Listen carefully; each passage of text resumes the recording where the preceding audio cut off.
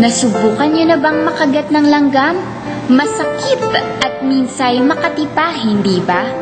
Kadalasan tuloy, pinapatay ito ng kung sino mang kakagatin niya.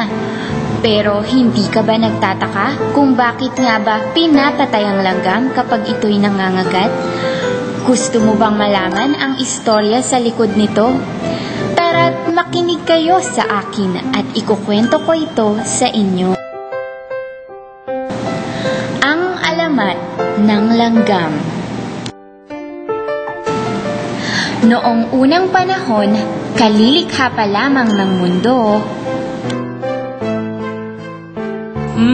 Napakaganda naman ng aking nilikhang mundo.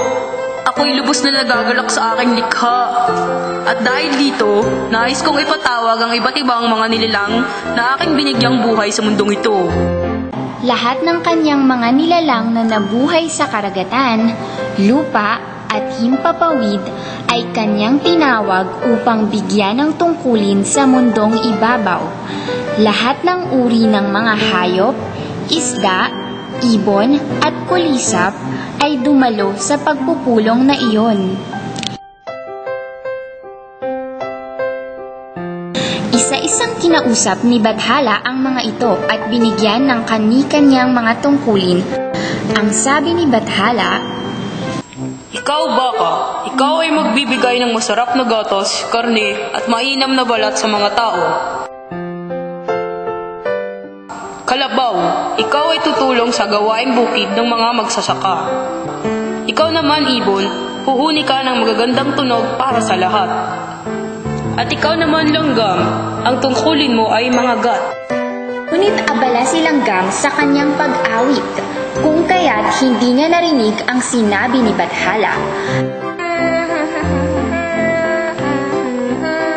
Ang sabi ni Langgam, Ano po ulit iyon, Bathala? Ano nga po ulit ng aking tungkulin? Sabi nang, dahil hindi ka marunong makinig, lahat ng iyong kakagatin ay papatayin ka. Magmula noon, lahat ng mga langgam na nangangagat ay dali-daling pinapatay. At iyon ang alamat ng langgam. Sa munting alamat na ito, naway natutunan ninyo ang kahalagahan ng pakikinig at pagbibigay atensyon sa mga bagay-bagay sa inyong paligid.